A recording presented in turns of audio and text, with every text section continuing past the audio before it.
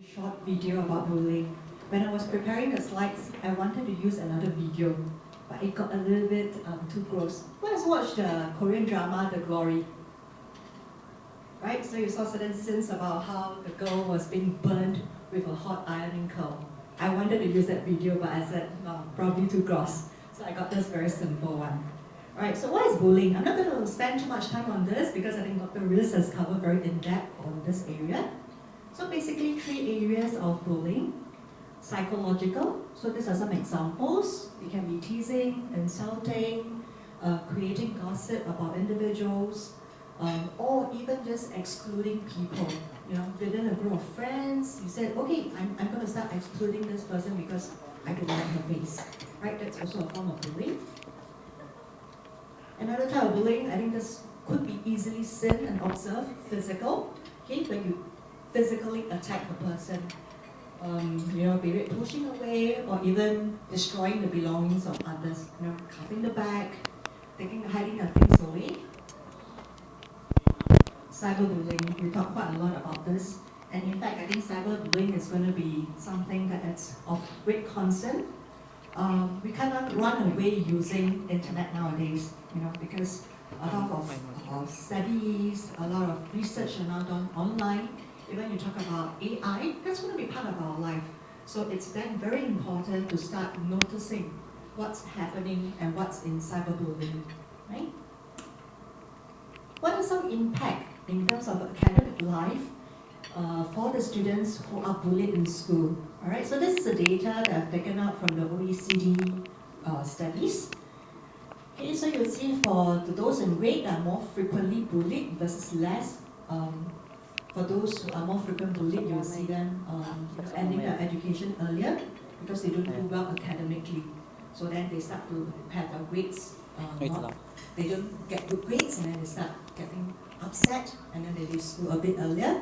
They feel like an outsider, right? Because one of the bullying that we saw just now in the example is they could be excluded from groups. And we know that in this society, interactions is very important. Right, so if you start to feel out of the group, you may then feel that I don't want to go to school because I feel unhappy, I don't have friends.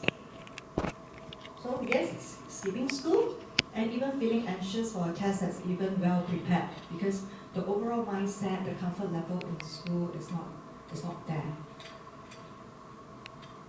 Well, in terms of mental health, right? So just now we talked about overall in terms of academic, what's going to happen. And then in terms of the impact on mental health, this is from another report, the United Nations report, where it shows that for those that are bullied in the last 30 days, what are some of the common impact on their mental health?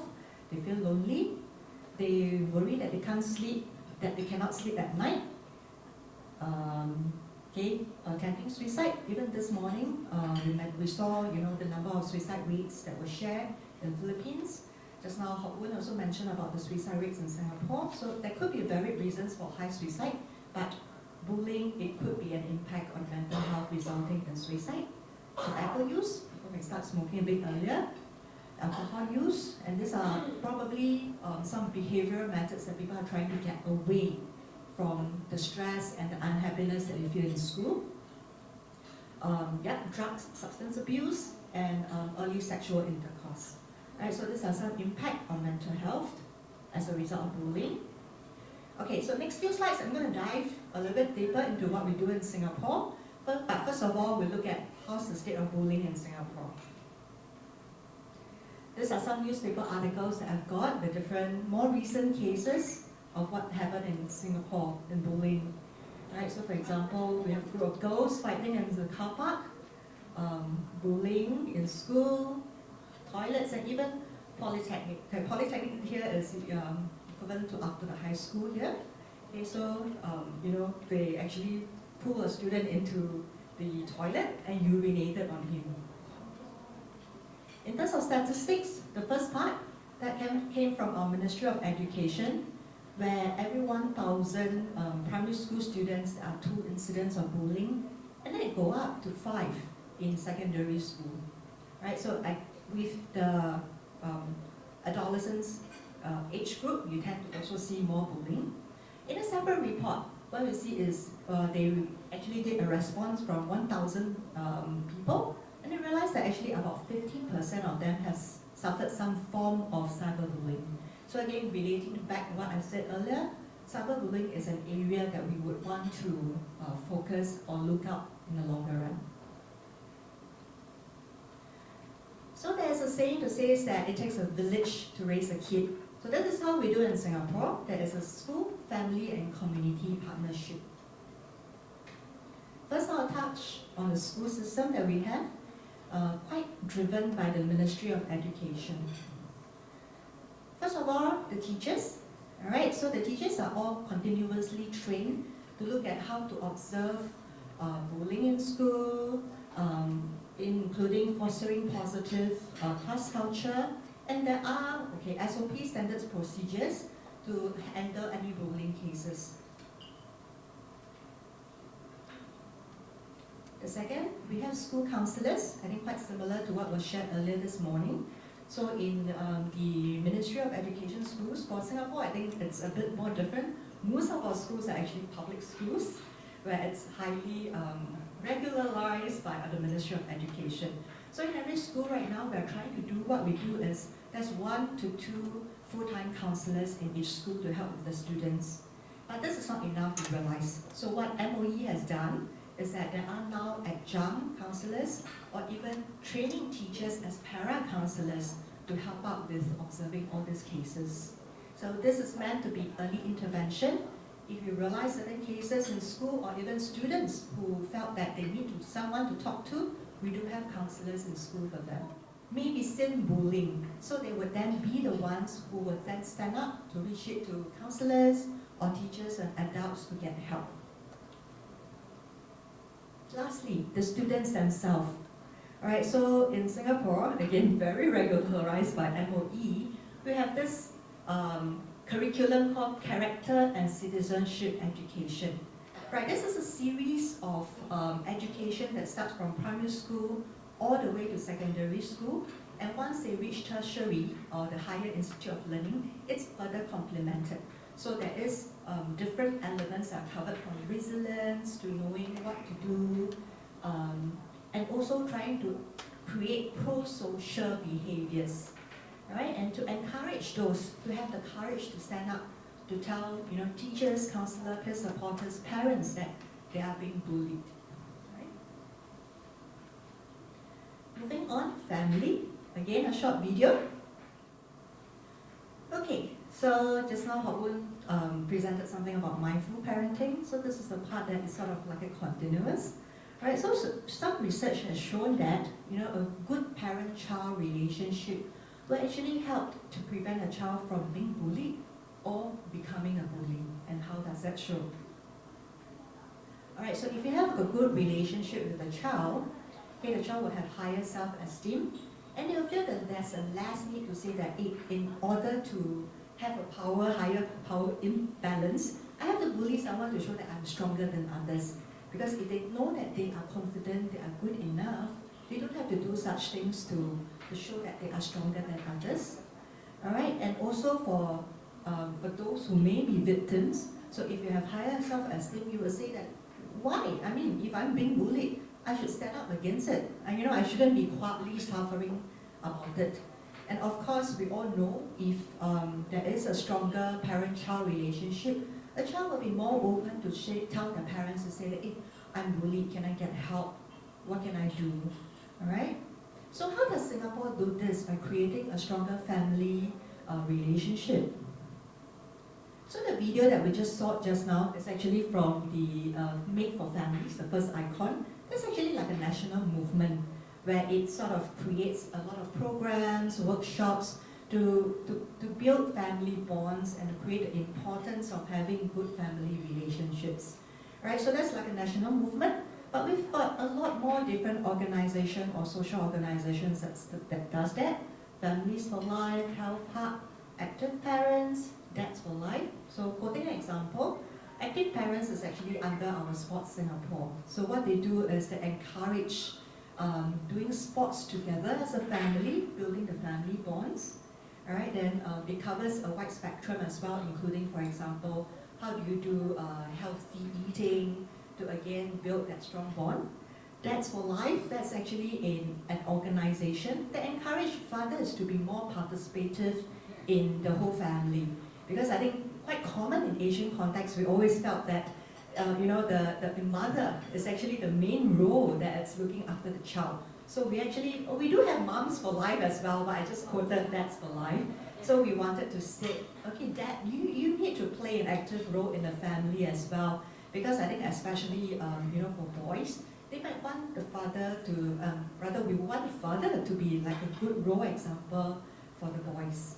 Right, so we do have all of this, different organizations who step in, providing programs, workshops, or even just online information for parents to build that bond with the family.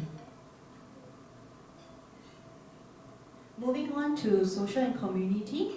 Alright, so there are actually a lot of resources out there that it's organized by various, including our Health Promotion Board, our Institute of Mental Health. These are more government related, but we also have got social service agencies like our Children Society, Tribe. Tribe is actually the youth advocacy that I'm sitting on the HR committee. So they are actually creating a lot of resources out there, programs that will reach out, doing outreach to youths to help them build up overall confidence. So you're not maybe just specifically for bullying. Of course, yes, like for example, the Bully Free program, the one that I had a screenshot, that's actually from the Children's Society. So they do have a whole series of programs and resources for the individuals or even for parents to make reference to. I know just now we talked a lot about let's use less gadget, but we have actually a lot of, in Singapore, we actually do have a lot of online information for parents or even grandparents because in the Singapore context, a lot of grandparents are also very active in parenting their grandchildren because children are all at work and then the grandparents take over the role of parenting. So if you have some time, feel free to browse some of the website and you'll realize that there are also information that's providing for grandparenting. So again, how they can help in recognizing certain signs from the children or I think what we really also want is because today we know the children or the youth, they're actually very technology savvy. Sometimes they don't want to talk to people, and we realize that WhatsApp became something that is very helpful, or even chatbots.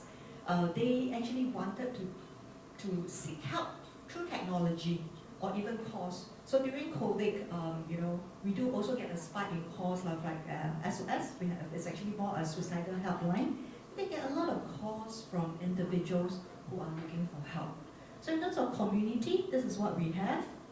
Lots of organizations coming together.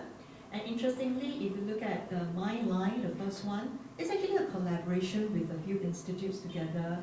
They pool their resources together and then providing support to youth. Okay, so what else can we do in order to help the youth? Okay, research will actually also help prevent some of this.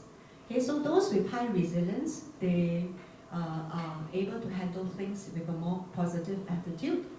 And for those who are low resilience, they would then try to use violence to protect themselves. So in order to minimize low resilience and improve the high resilience, we would want to do, we would want to use mental resilience to actually help to reduce bullying in schools. So how do we do that? There's actually 7 C's. This morning, Dr. Lucia actually has our children. Don't forget to give them the chance to grow, because this is where they learn to know that they are competent of doing something or to solve certain problems. So it's just like you don't want to give, you keep giving someone food, or rather fish, and then you want to teach the individuals to fish for their own food. The next C, confidence. Again, I think it's quite highly mentioned the whole of today, as well as just now some of the earlier slides. For those who are more confident, they will know how to stand up for themselves. And for those who are again confident, you don't really need to use violence to show that if I'm stronger than others. connection. Again, we talk about how we use, in Singapore, how we use peer support in order to help reduce the bullying. Character, right? For those who have a very strong sense of right, they wouldn't want to go around doing wrong things by bullying our classmates, to show that they are stronger. Contribution, all right. So again, just now Dr. Rees mentioned about using being gratitude. So when you are thankful for certain things, then you will also be more willing to say that, okay, I want to be there to help others, right? Coping, all right, having a different healthy mechanism to cope with anything unfortunate or dangerous when you're stressed.